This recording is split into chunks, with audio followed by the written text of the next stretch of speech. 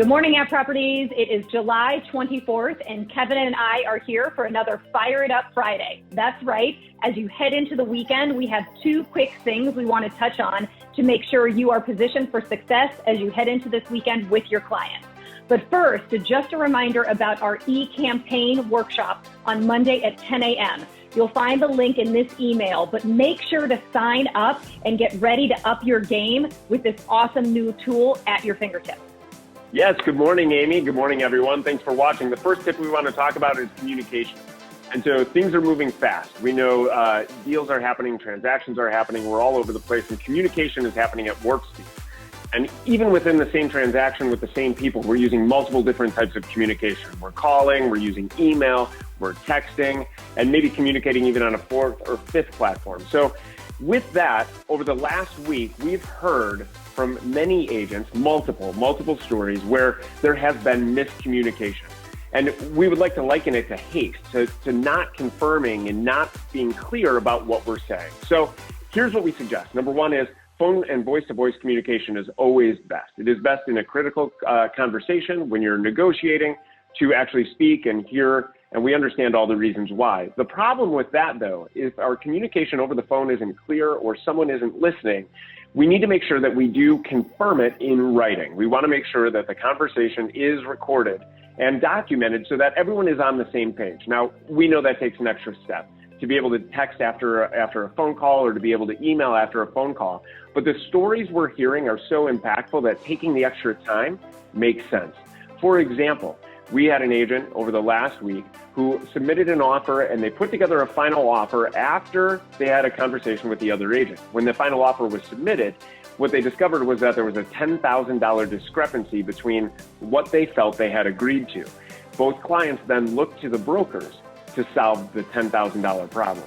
And you don't want to be the person that has to solve a $10,000 problem when they're coming to you and looking to you to contribute your commission and funds. So how do you solve this?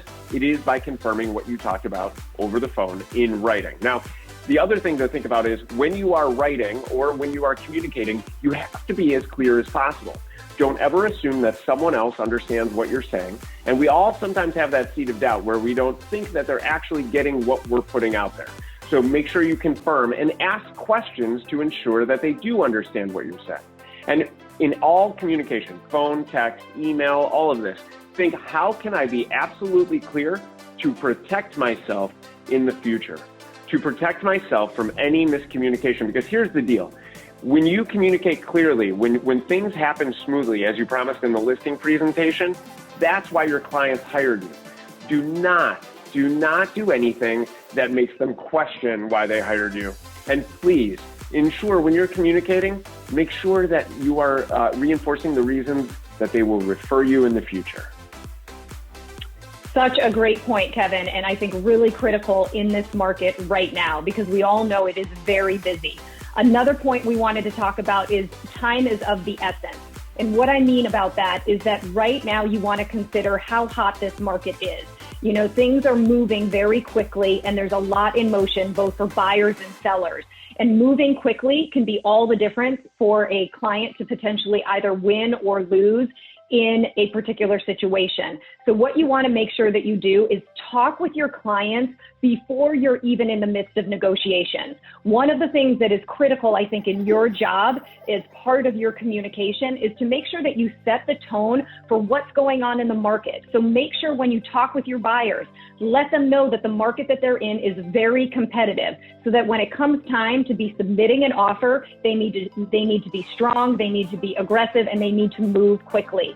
It's also really true for sellers, though, as well. In this market, just as critical for a seller to stay on pace, because in either situation, if they don't decide to move quickly, there's an opportunity for them to lose.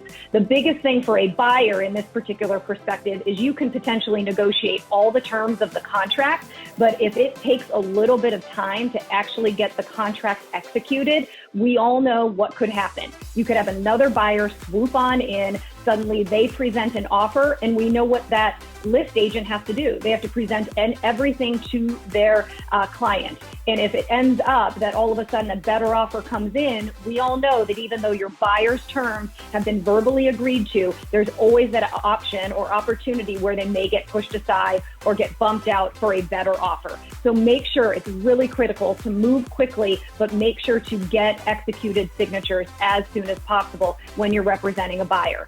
On the sell side, when you're working with a seller, right now we're seeing that sellers feel like they have a little bit more of the upper hand, given that there are a lot of buyers out there and there's a lack of inventory in some pockets of the market. But here's the thing, as a seller, when you tend to stall or you drag out negotiations, this can take the wind out of the sails of a buyer. When they come in, they're presenting an offer because they want your house, they are excited about moving forward with it, and they want to get a deal done. When a seller on the other end takes their time, their agent takes over 24 hours to get back to them with the next round of negotiations, that tends to shift their mindset. And suddenly the excitement that they went into with presenting an offer suddenly changes. And now they're also questioning, does the seller really want to sell? Are they just sort of baiting us and waiting for another offer to come in that might be better? And when that energy shifts, it makes it much more challenging to get a deal together. But again, as a broker, the most critical thing is to sit and talk with your client, whether buyer or seller, and help them understand what the temperature of the market is right now, and make sure that you let them know that movement forward quickly is going to be effective and very good for them. So you guys have a lot going on this weekend. It's going to be really busy. We hope you can take these 2 points and put them into action to create success for you and your clients. Yes, thank you for watching. Have a wonderful weekend. And remember, there's no better time than now to do it now. That's right, Kevin. There is no better time than now to do it now.